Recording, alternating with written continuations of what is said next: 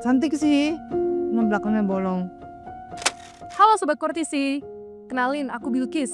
Aku sekarang bakal mimpin podcast kesayangan kita yaitu Partisi, podcast Arek Teknik Sipil. Gimana nih keadaan Sobat Partisi semua? Semoga selalu sehat dan senang ya. Apalagi kita udah memasuki fase liburan nih, yang pasti kita udah happy banget untuk ketemu keluarga. Untuk episode kali ini kita sedikit berbeda nih teman-teman, karena kita akan membahas sesuatu yang terbilang serem gitu ya di telinga Sobat-Sobat Partisi. Kita sekarang akan berbicara tentang kisah horor yang selalu memiliki ketertarikan sendiri, walaupun takut nih buat denger jawabannya. Di episode kali ini kita kedatangan tamu yang oke banget, yakni Mbak Chanza. Halo Mbak. Gimana nih kabarnya Mbak sekarang? Alhamdulillah baik. Kesibukannya lagi ngapain Mbak? Belum ada kesibukan sih. Belum ada. Oh, ada. Sejauh ini lagi ngurusin skripsi. Semoga lekas selesai Mbak skripsinya. Amin. Jadi langsung saja nih Mbak, aku sedikit bertanya nih beberapa hal yang mengenai pengalaman horor yang pernah dialami Mbak Chanza. Aku mau bertanya nih Mbak, sekarang ini kan kita lagi menempuh pendidikan di Fakultas Teknik, Departemen Teknik Sipil Universitas Brawijaya. Dan setahu aku gedung Teknik Sipil ini kan terbilang sudah lama nih dibangunnya, bahkan sebelum aku lahir. Yang aku dengar juga di gedung Teknik Sipil ini ada banyak rumor nih tentang hal-hal gaib yang sering terjadi, mulai dari penampakan sampai suara-suara aneh. Kalau Mbak sendiri pernah nggak merasakan sesuatu di sana? Sejauh ini sih pernah ya, karena udah berapa tahun aku di sini ya, udah 3,5 tahun lah di sini. Pernah dan sampai sekarang pun masih. Bisa cerita lebih detail nggak Mbak pengalaman horor yang paling membekas yang pernah Mbak alami di gedung sipil? Mungkin ada momen yang benar-benar bikin Mbak merinding? Ini di gedung sipil atau di kawasan di sipil nih? Di kawasan sipil boleh. Sebenarnya yang dari awal dari angkatanku tuh 2021 awal banget itu kami offline tuh di semester 2, semester 3. Dan masih biasa aja sih sebenarnya. Masih first impressionku ke selama ada di sini waktu itu masih biasa aja. Nggak lama kemudian emang ya kuliah dan masih berjalan baik-baik aja. Sampai akhirnya aku inget banget tuh waktu itu aku pelajaran teknologi bahan.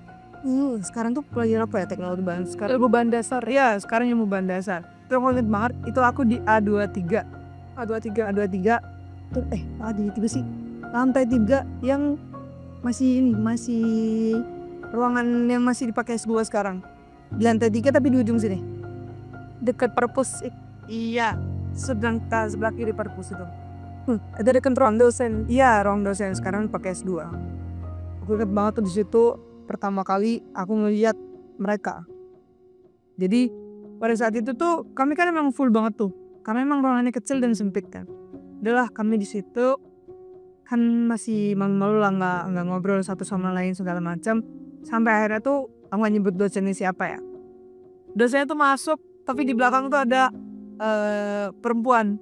Oke. Aku pikir dosennya ini 2 kan. Oke. Jadi kayak I see mungkin dosen 1 dosen 2. Terus tiba-tiba beliau duduk, si yang perempuan ini dosen perempuan ini nggak duduk.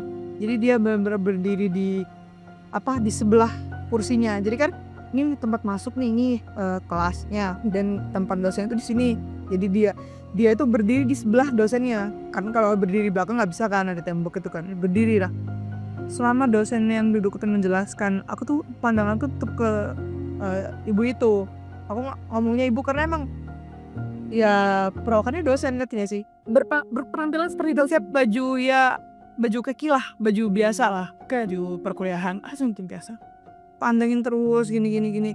Tapi pada saat itu aku mengiranya emang dia emang dosen, kalau nggak dosen tuh asisten. Ngerti nggak sih ya pikiran maba lah gimana ya, nggak ngerti segala macam. Sampai akhirnya bakal ngenalin diri absen satu-satu kok si ibu ini nggak disebut. Gue liatin lah, tiba-tiba nggak sengaja nih aku ngejatuhin tip X. Abis itu aku ngeliat lah kalau misalkan si kakinya napak, bener-bener napak kayak manusia biasa, kakinya napak tapi pucet, nggak sih seputih itu. Karena emang ibu-ibu itu nggak pakai kerudung dan melepas lah ngegerai rambutnya. Habis itu udah, wah pucet nih. Aku pikiranku udah kemana-mana ya kayak main-main dia kayak gitu. Akhirnya bener lah, ternyata memang setelah aku cari tahu namanya juga sampai sekarang pun aku kalau mereka tuh pasti aku penasaran. Ini asalnya dari mana, asal usul mereka gimana, meninggalnya gimana segala macam. Dan aku baru tahu dia itu sering emang nungguin di lantai 3 berdoa sampai sekarang. Dan mungkin teman-teman pernah mendengar yang orang penampakan perempuan di lantai 3 di di kaca di paling ujung, yaitu ibu mbak itu. Aku sempat ngobrol sama dia cuma nggak ngobrol sih, lebih ke aku yang nanyain, tapi dia cuma menjawab dengan senyuman doang kayak gitu. Cantik sih, cuma belakangnya bolong. Wah, itu yang paling membekas banget karena for the first time aku di sini dia yang pertama kali aku lihat. Oh ya, dia yang pertama kali aku lihat. Jadi mungkin sekarang udah best friend tuh lebih best friend. Yes. Berarti pas ke Mbak lantai 3 itu masih ada dan rutinitasnya seperti di tempat-tempat itu aja atau Dan sekarang kalau kamu ke lantai 3 ada beanbag kan? Oh ya. Harusnya tuh sebelum ada beanbag dia di situ. Tapi sekarang di mana-mana sekarang ada kamar mandi. Oh, berarti dia jalan-jalan. Nggak perlu takut sih menurutku, cuma ya jaga etika aja sih. Itu baru satu dari sekian cerita sebenarnya. Banyak banget aku tuh merasa ya ngerti lah beberapa hal di sipil itu baru di Gedung doang. Nah, bagi teman yang belum tahu, Mbak Chanza ini tuh memiliki kemampuan yang lebih gitu, atau biasa kita sebut dengan indigo. Apakah ada sosok tertentu yang sering muncul di gedung teknik sipil Mbak, yang sering muncul di tempat-tempat itu aja, atau udah diam aja gitu, ada nggak Mbak? Ada. Di lab sama di kamar mandi sini. Ya. FYI sampai sekarang pun aku nggak berani ke kamar mandi sini. Kamar mandi ini apa sih? Kamar mandi nyebutnya kamar mandi sebelah merah ya? Iya. Namun sekarang nggak pernah berani ke kamar mandi sini. Tapi dia diem aja. Cuma ngeremehin anjir. Makhluk yang diem aja tuh bahkan nggak apa-apain tuh menurutku lebih serem daripada makhluk yang tiba-tiba usil, tiba-tiba di sini, tiba-tiba di situ. Ya udah diem aja. Tidak pernah mengganggu apa Mbak pernah melihat? Apakah Mbak mencoba berkomunikasi dengan dia atau? Sebenarnya aku takut sih. Aku nggak munafik, aku melihat mereka tuh aku tetap takut. Kan di kamar mandi sini tuh makhluknya itu bisa ya mungkin kalian ngertinya namanya pocong ya. Oh ya, jadi kayak dari semua makhluk yang paling aku takutin tuh pocong. Jadi kayak mau nggak mau lah tiba-tiba nanti masuk situ dia loncat-loncat kan nggak lucu ya. Jadi sampai sekarang aku nggak pernah berani ke kamar mandi siang. Kalau di lab ya mungkin kalian udah pernah tahu nggak sih perempuan yang suka ganggu di lab siapa, di lab mana dan perempuannya gimana. Ya aku juga merasakan guys. itu di situ-situ aja berarti? Apa dia? Ya di situ-situ aja. Menarik sekali ya. Kan Mbak pernah berinteraksi nih dengan mereka di sipil maksudnya. Kalau iya hasilnya tuh kebanyakan mereka welcome aja tuh kayak terusik gitu Mbak. Terus Mbak menangani kalau welcome gimana, kalau terusik gimana? Apakah Mbak tetap enjoy atau stop gitu? Sebenarnya kalau terusik gitu memang sesuai tempat sih. Kalau misal kita ke hutan mungkin mereka terusik. Tapi kalau misalkan di tempat-tempat sini juga kadang mereka terusik kalau kitanya yang nyeleneh gitu loh. Di sejauh ini aku merasa ya welcome aja sih, karena mereka juga cuek. Dan aku modelan orang yang kalau ngeliat mereka tuh malah cuek juga. Jadi kadang aku juga gak mikir kamu tuh siapa sih, di mana sih gitu. Tapi kalau emang sudah berkali-kali ngeliat mereka baru tuh padahal aku penasaran banget, aku ajakin ngobrol. Jadi kayak namanya siapa gitu. Kadang mereka nggak jawab pun ya aku juga kayak aku bercanda bisu gitu. Jadi mereka kadang ya cuma ngeliatin doang, Tidak melakukan apa-apa. sejauh ini tidak ada gangguan apa-apa sejauh ini. Ya beberapa kali ada sih kayak ngusilin nyolek-nyolek gitu. Tapi ya udah biasa aja. Berarti selama Mbak berinteraksi dengan mereka apa yang menjawab itu minim ya? Cuman ngemirikin aja. Ya. Tapi kadang mereka ngajakin ngobrol gitu. Aku tuh pernah salah nyapa orang. Wah, karena memang dia menyerupai temenku. Aku nyapa temanku tuh, kok temanku tiba-tiba pucet, mata bau matanya itu hitam banget. Jadi emang ternyata bukan temanku, dia menyerupai temanku. Jadi mereka cuek aja itu selama tidak mengganggu dan tidak menyelami. Ya. Oke. Menurut Mbak Chandra sendiri, lokasi atau ruangan mana di gedung teknik sipil yang bener-bener serem? Selain kamar ini? Di mana-mana tuh serem aja sih menurutku. Karena emang setiap tempat dan setiap ruangan tuh ada ini ya, masing-masing. Setiap tempat. Yang paling serem dan paling mungkin semua orang juga ngerasain seremnya gimana, itu dulu di himpunan, sebelum himpunan direnov. Kalian tau gak sih di himpunan dulu yang sebelum direnov tuh si kecil itu? Itu emang sekecil itu ya. Jadi kayak ini sama sini doang jaraknya. Berarti sekarang ketemu tuh dilebarin loh? Iya, sekarang himpunan direnov lebih lebar banget kan. Dulu tuh aku sama teman-temanku sering ngumpul kan di himpunan gitu. Ada dulu tuh ada tumpukan piala yang di bawah, belum dinaikin ke lemari piala yang sekarang. Oh ya. Ada tuh piala gede banget tuh, piala yang ditempatin kaca gitu, gede lah. Jarum aku lupa. Nah itu tuh setiap kami di himpunan itu tuh berpuan di balik piala itu. Tapi posisinya ini kan gini, gini kan, panjang gini. Nah piala tuh di ujung sini. Perempuan ini bukan ngadep ke piala, tapi dia nempelin jidatnya ke piala, ke siku tembok. Jadi kayak pialanya dibelakangin. Tapi ternyata pas lagi hening ataupun lagi sendiri, kalau orang-orang pada tidur di sana kan dulu di himpunan, ternyata si perempuan itu tuh bisa muterin kepalanya. Jadi kayak ya udah badannya doang yang nempel ke siku tembok, tapi kepalanya tuh muter.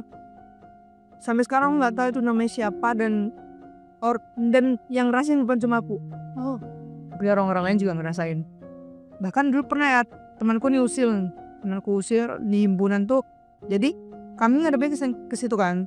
Ini pialain pandang ini di ujung. Nah, kan foto-foto mas-mas Kahim. Wah ya. Nah, di atas foto-foto itu ada ini kipas yang ini. Kipas tempel ini. Oh ya. Pada saat itu kipas tuh rusak dan gak dibenerin ya. Tiba-tiba suasana lagi hening, terus temanku nyeletuk lah, ini hening kayak gini biasa diganggu setan.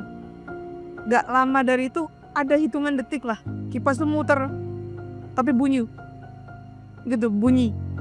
dan bener-bener ada kayak pengharum yang dicantol di kelas itu ngeber gitu kayak kena angin. Padahal kipas itu cuma muter doang, nggak hidup. Jadi kayak gitu-gitu. Panik lah di situ kan. Tapi temen kayak itu menjadi tontonan kayak, kenapa nih? Kami belum panik kan segala macam.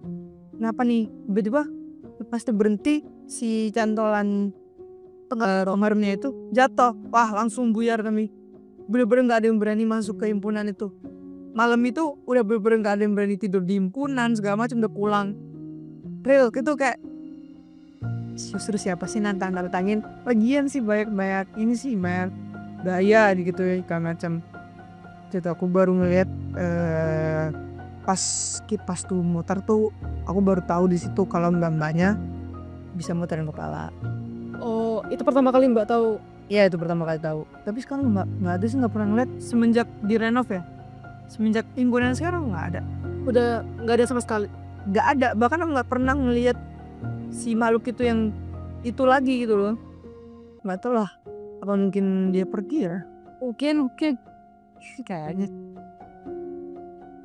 Saya juga jadi merinding nih Mbak ngedengarnya. Kalau boleh tahu juga, San Inigo, apa sih reaksi pertama Mbak Chanza saat menghadapi hal-hal yang kayak gitu? Ada nggak cara khusus supaya tetap tenang atau kayak nggak panik gitu Mbak? Pertama kali aku tahu aku indigo itu nggak bisa ngebedain mana manusia mana bukan.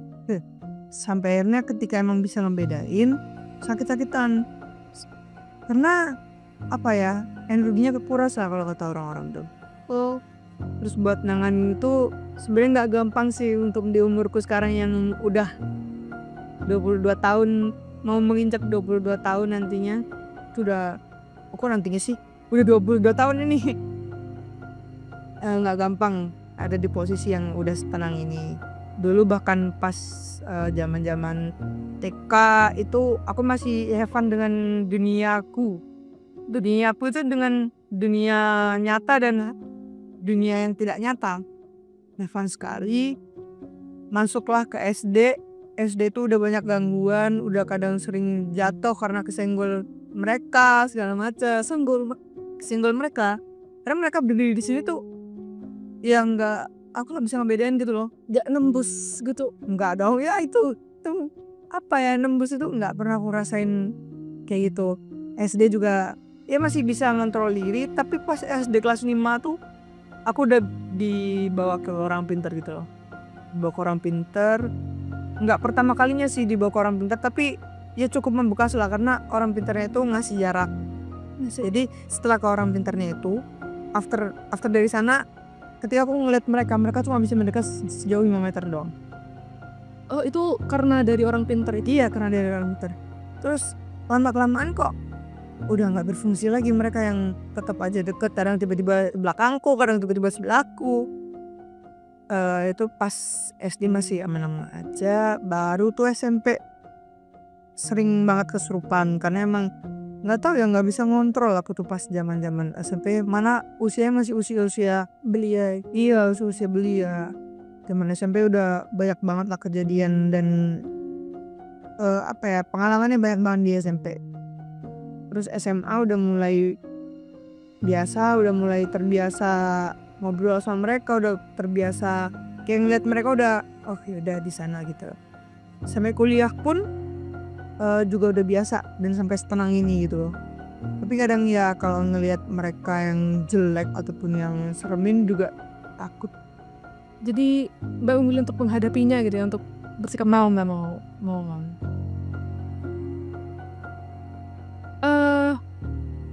Kemudian kita sedikit flashback nih Mbak ke belakang-belakang. Nah ya, gimana sih pertama kali Mbak menyadari kalau Mbak itu indigo kayak gitu? Pertama kalinya sadar gitu Mbak?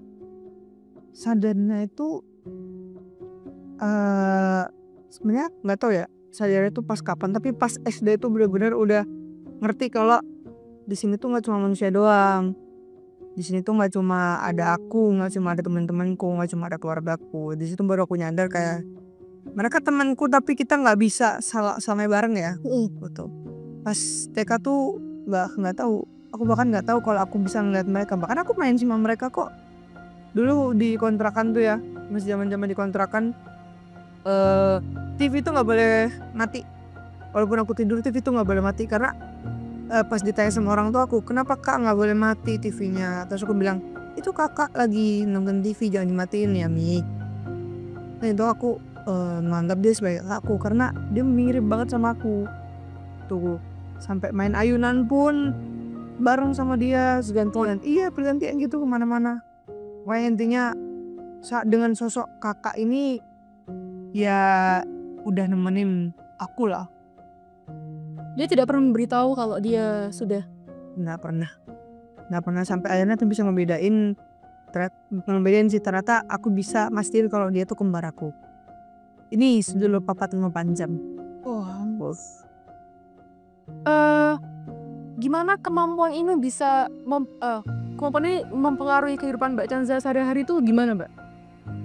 Apakah Mbak merasa wah aku beda nih, anu banget kayak gitu? Apa ya, pengaruhnya sih berpengaruh banget ya. Karena kalau misalkan aku lagi merasakan sesuatu, mereka tuh ada gitu gak sih. Kadang kalau aku seneng mereka ya ada, aku sedih mereka ya ada, aku butuh istirahat pun mereka juga ada, ngerti gak sih? Gimana ya, buat mempengaruhi ya sejauh ini memang sangat berpengaruh ke kehidupan aku. Karena cukup mengganggu penglihatanku karena mereka tuh layaknya manusia biasa. Mereka jalan biasa, mereka beraktivitas biasa. Dan ini yang aku lihat ya. Sampai akhirnya kenapa aku bisa bilang mengganggu penglihatanku? Karena kalau misalnya aku lagi pusing, lagi stres ataupun lagi sakit lah ya, pas ngeliat mereka tambah sakit, ngerti gak sih? Karena penglihatannya kan udah beda. Maksudnya aku ngeliatnya nih dua alam loh, alam nyata sama alam yang nggak nyata. Bahkan mungkin aku nggak bisa alasan nggak bisa ngebedainnya karena itu karena aku anggap semuanya satu alam. Berarti tidak ada perbedaan signifikan yang mempengaruhi banget gitu ya? Selain penglihatan. Selain penglihatan nggak ada sih. Ya kesehatan mungkin. Oh ya, karena terkuras. Iya terkuras. Jadi untuk membedakan mereka tuh butuh energi yang luar biasa berarti. Untuk bisa membedakan. Bukan butuh energi yang luar biasa sih, lebih ke kita sadar nggak ngeliat mereka gitu loh. Kadang kalau misalnya kita gini, kadang orang indigo tuh dibilang halu karena emang mereka nggak sadar apa yang mereka lihat. Kalau aku mungkin aku ngomongnya sadar, orang lain menerimanya itu halusinasi ya, karena mereka nggak merasakan itu. Sampai akhirnya ya udah, apapun yang aku lihat itu sangat berpengaruh ke aku, entah penglihatanku, entah fisikku, entah mentalku, entah kesehatan, itu semua berpengaruh banget. Berarti berdasarkan cerita Mbak barusan itu lebih ke beban gitu ya daripada keuntungan. Beban banget.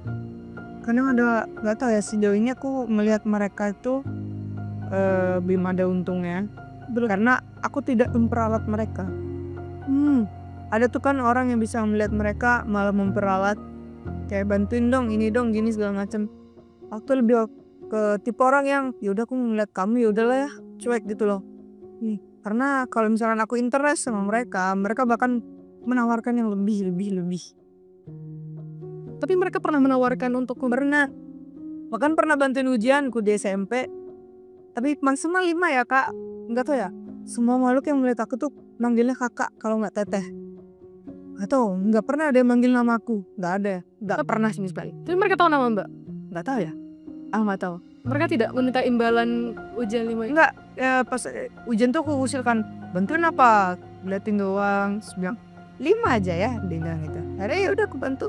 Satu itu bener apa enggak ya? Satu orang aja yang ngebantu? Ya satu orang. Anak kecil lah, Win. Wah, pas SMP. Menarik sekali ya kisah-kisah dari Mbak Chanza sebagai seorang indigo ini. Ada nggak pesan buat teman-teman pendengar kita yang mungkin sering merasa takut nih Mbak?